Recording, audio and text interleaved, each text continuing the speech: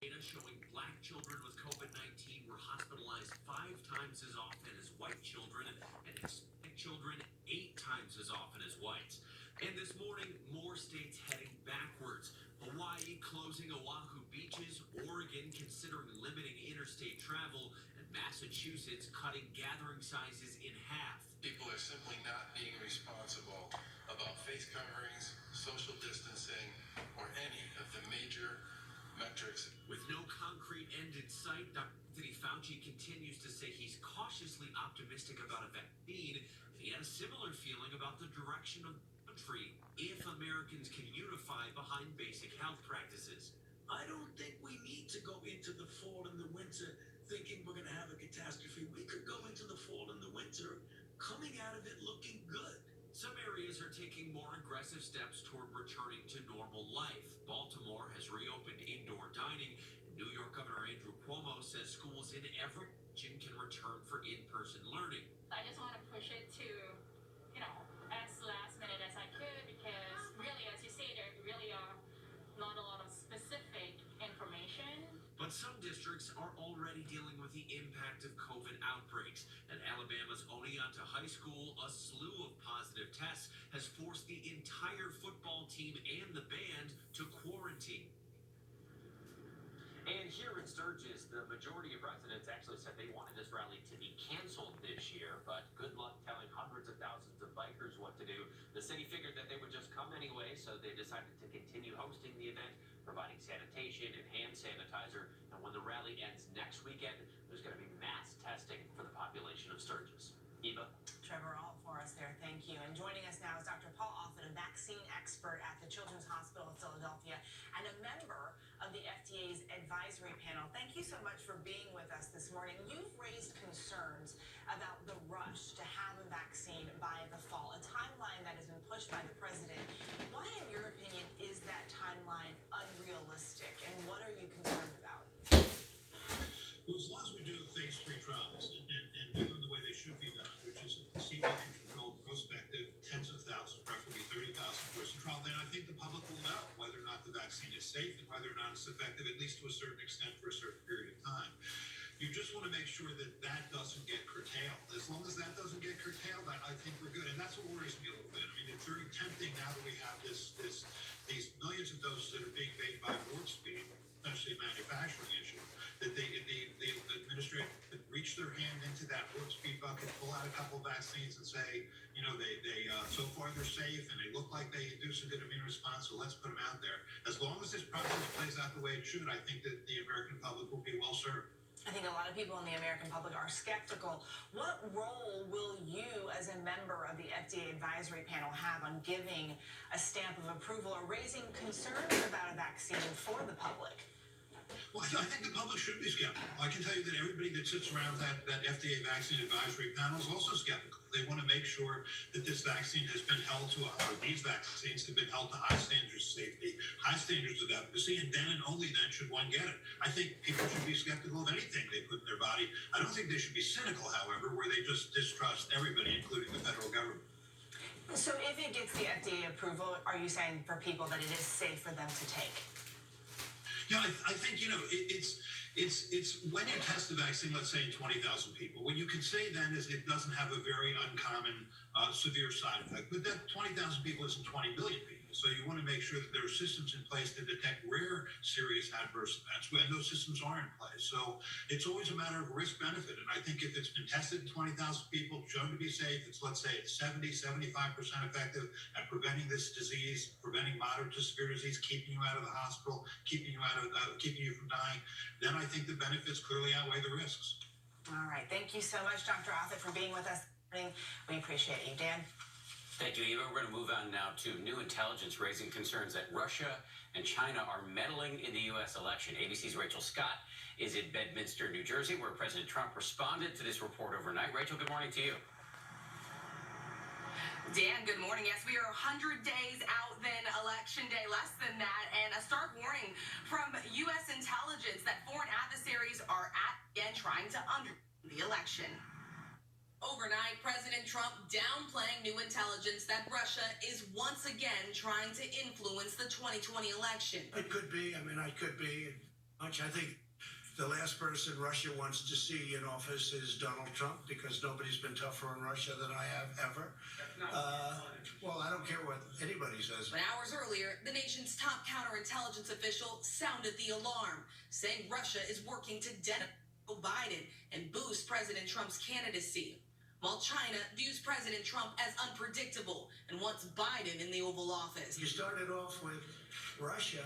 Why don't you start off with China? Do you think China's maybe a bigger threat? I mean, I think maybe it is. The president, behind in the polls, is facing a growing public health crisis, putting the blame on China for the pandemic, insisting the virus will one day disappear. Since China allowed the virus to infect the world. Holding a news conference at his private golf club in New Jersey, members booing as a reporter asked about the crowd violating the state's social distancing guidelines. Back in Washington, talks for coronavirus relief bill collapsed on Capitol Hill. 30 million Americans out of work, still waiting for help. It was a disappointing meeting. We did not make any progress today. Democrats say they offered to meet Republicans halfway on a $2 trillion stimulus package, but the White House wouldn't budge. The president signaling he would sidestep Congress to prevent evictions and provide unemployment aid.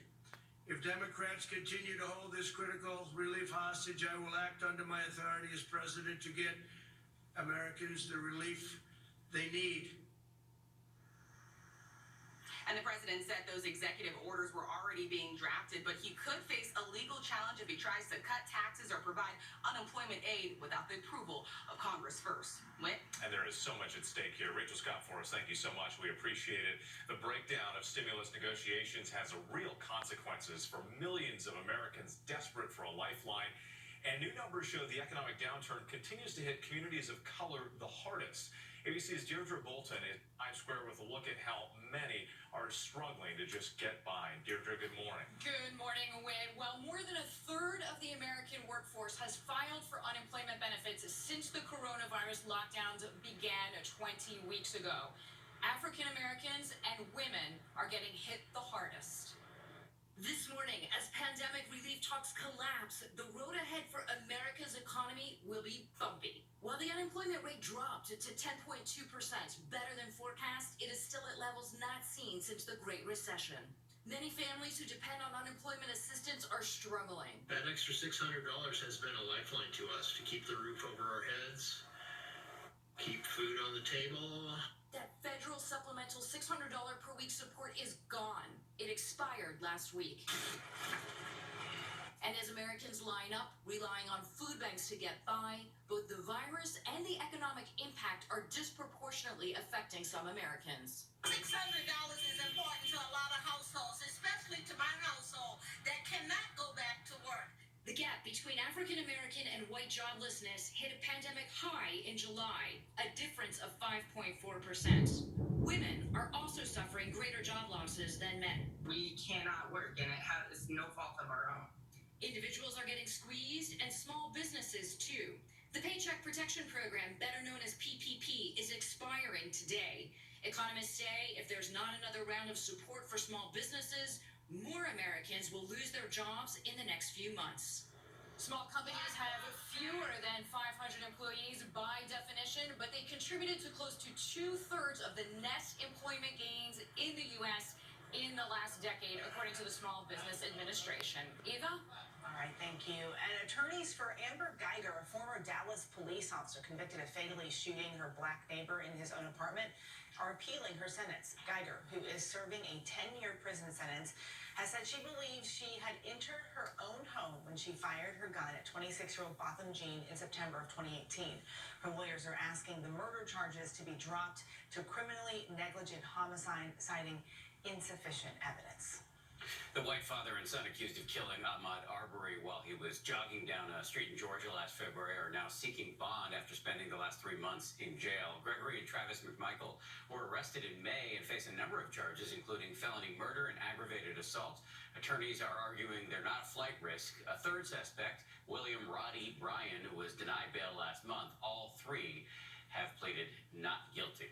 Now, Now to a deadly plane crash in India. Investigators are looking into what caused the plane to overshoot the runway, killing at least 17 people. ABC's transportation correspondent Gio Benitez is at Newark Liberty International Airport with the latest in that alarming video. Gio, good morning to you. Hey, Wade, good morning to you. No doubt about it, investigators are going to be looking very closely at the weather. Visibility was very poor, and as you're about to see, that runway was especially tough. This morning, the dramatic images out of India, a 737 carrying 190 people overshooting the runway and crashing. The images tell the harrowing story. The plane split in two, at least 17 killed, including both pilots. Dozens of others rushed to the hospital. In this image, you can see the inside of the plane, mangled. The 737 completely ripped open. But even with so much damage, no fire. When this aircraft touched down, it was at the end of a very long flight from Dubai, and so there wasn't much fuel on board. This meant that there was not a fire, which probably saved countless lives. The Air India Express flight from Dubai was carrying passengers who had been stranded because of COVID-19. When it flew into Calicut, India, it hit torrential rains. After circling the airport, the pilot finally decided to land, but he overshot the runway and crashed. This runway is called a tabletop, a gorge on each end of the runway, making it an incredibly difficult landing, especially so in rough weather. Incredibly, back in 2010, the airline had a very similar accident. A pilot overshot another runway in Mangalore, India. 158 passengers were killed. Indian authorities have cited this airport as having too much rubber buildup on the runway, which means that when an aircraft touches down and the runway is wet, it makes it extra slick, extra hard to stop. They'll want to know whether that was a factor in tonight's mishap. And local officials there this morning say that both boxes have been recovered at the crash site, and at least 2 investigative teams are there right now trying to figure out what happened here. Eva? Questions. You opening this for us. Thank you. Now to a dramatic rescue caught on camera. A family surrounded by rushing floodwaters, their car ready to sink. Good Samaritans rushing to help. Rob's got all the details. Good morning to you, Rob. Hey, good morning, Eva. You know, Hurricane Isaias has crushed so many communities with damaging winds, but often the most life-threatening stuff from tropical systems is inland flooding, and that's exactly what we see here in eastern Pennsylvania, a remarkable story of survival and heroism. Hold on to that kid. You're watching the heart-stopping moment. A family was nearly overtaken by raging floodwaters. Everybody else okay? There's 3 people? 4? Okay. As then Tropical Storm Isaias marched to the coast, a Pennsylvania father and his 4 children found themselves stuck, rushing rising water. And we're yelling at the dad, who's now 15 feet away from the car, baby, and he's almost going under, so we tell him, get back to the car. Down the road, a group of strangers noticed the family struggling to escape, instantly jumping into action, along with a township backhoe, performing a risky high water rescue. You got him? Yeah. I can still see the fear in his eyes as I'm holding on to him, because if I let go, he's gone. The Good Samaritans making a human chain and carefully getting the family to safety one by one. All right, here we go. Yay, very good. You got it, sweetheart. None of us knew each other. Who cares who we are? Everybody's family, and everybody needs to take care of each other. How about that? 2 people from Pennsylvania, 2 from England, and that front loader carrying that family to safety, who are very grateful and safe this morning. All right, we don't expect that sort of dramatic weather today, thankfully. Here's a look at your local forecast.